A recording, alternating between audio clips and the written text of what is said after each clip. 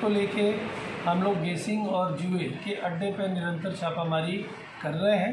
तो इस सप्ताह भी आरा नगर थाना क्षेत्र में आज सुबह में विशेष सूचना पर एक छापामारी दल गठित करके भेजा गया, जिसमें कुल 10 व्यक्तियों की गिरफ्तारी सुनिश्चित है। और इसके साथ में 7 मोटरसाइकिल और कैलकुलेटर, जुआ खेलने वाले कैश मेमो, जुआ खेलने वाले कार्डबोर्ड्स और नगद खेलने का ताश और इसके अतिरिक्त अन्य आइटम पैसे के साथ में बरामद किए हुए हैं।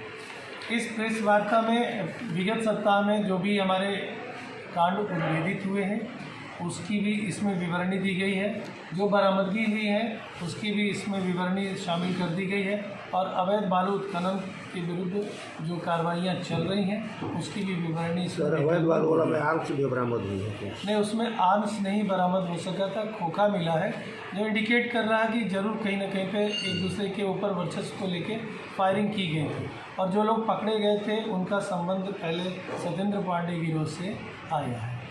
सर, नवादा थाना में एक साइड पकड़ा गया है जो फर्जी बिल्डिंग सेक्टर के अंदर। हाँ, ये कल वो जानकारी जो मिली थी तो उसमें निगरानी के एक अधिकारी के रूप में अपनी पहचान बता के किसी से भया दोहन करने की कोशिश की थी, और उसके पास से जो डॉक्यूमेंट मिले थे उस पर प्राथमिकी दर्ज करके हमारे अनुमंडल पुलिस पदाधिकारी जगदीशपुर, जिनको निगरानी के केस और कार्यों को लेकर जो अनुभव प्राप्त है, हम लोगों ने उनकी स्किल का इस्तेमाल किया और उनकी जांच पड़ताल के बाद आया कि वो व्यक्ति पूरी तरह से जालसाजी का कार्य कर रहे थे और किसी व्यक्ति को भया दोहन करके उससे अर्जित करना चाह रहे थे धन, तो उन पर प्राथमिकी दर्ज करके उनको जेल भेजा गया। कितने दिनों से सर वो ये काम कर रहा है? अभी इसकी तहकीकात, जो डॉक्यूमेंट्स मिले हैं उसको वेरीफाई ब्रीफिंग कुल 4 घटनाओं को लेके, प्रमुख 4 घटनाओं को लेके हम लोग कर रहे हैं। सबसे पहले कोइलवर थाना क्षेत्र में अवैध बालू उत्खनन को लेके करीब 20 तारीख को एक सूचना मिली थी कि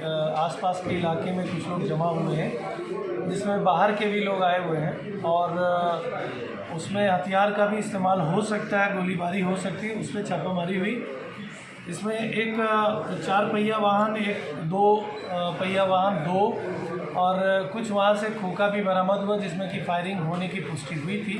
किसी को कोई क्षति नहीं है, परंतु उस जगह पर जो पुलिस बल ने दावा बोला है वहाँ से 2 वैसे व्यक्तियों की गिरफ्तारी हुई है जो पहले से भी जिनका आपराधिक इतिहास रहा है, और एक उसमें से व्यक्ति इस जिला बल के बाहर के भी हैं, जो इस बात को इंगित कर रहा है कि वहाँ पे वर्चस्व को लेके इस बीच में लोगों ने प्रयास किया था, जिस पर कि पुलिस की दबिश हुई है और अभी फ़िलहाल स्थिति वहाँ पे नियंत्रण में है।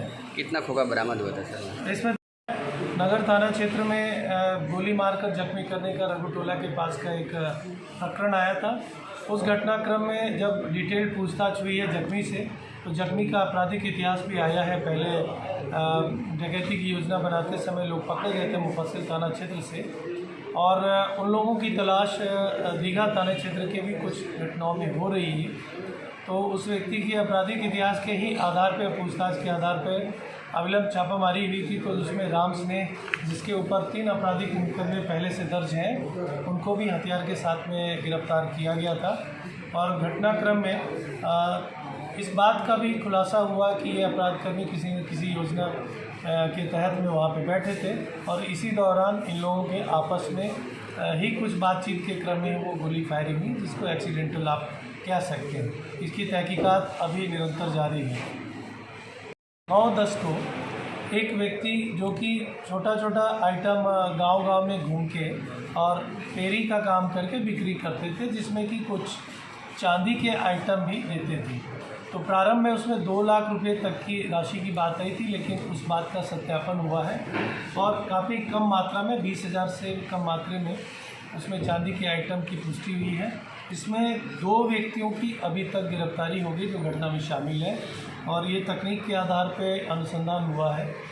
इसमें 2 और लोगों की गिरफ्तारी के लिए पुलिस का प्रयास अनुमंडल पुलिस पदाधिकारी के नेतृत्व में चल रहा है। उन व्यक्तियों में से 2 व्यक्ति ऐसे हैं जिनका पूर्व का भी आपराधिक इतिहास रहा है, और पहले एक गिरोह वहाँ पे चला करता था, उससे भी उनकी संबंधता उसमें प्रकाश में आई है।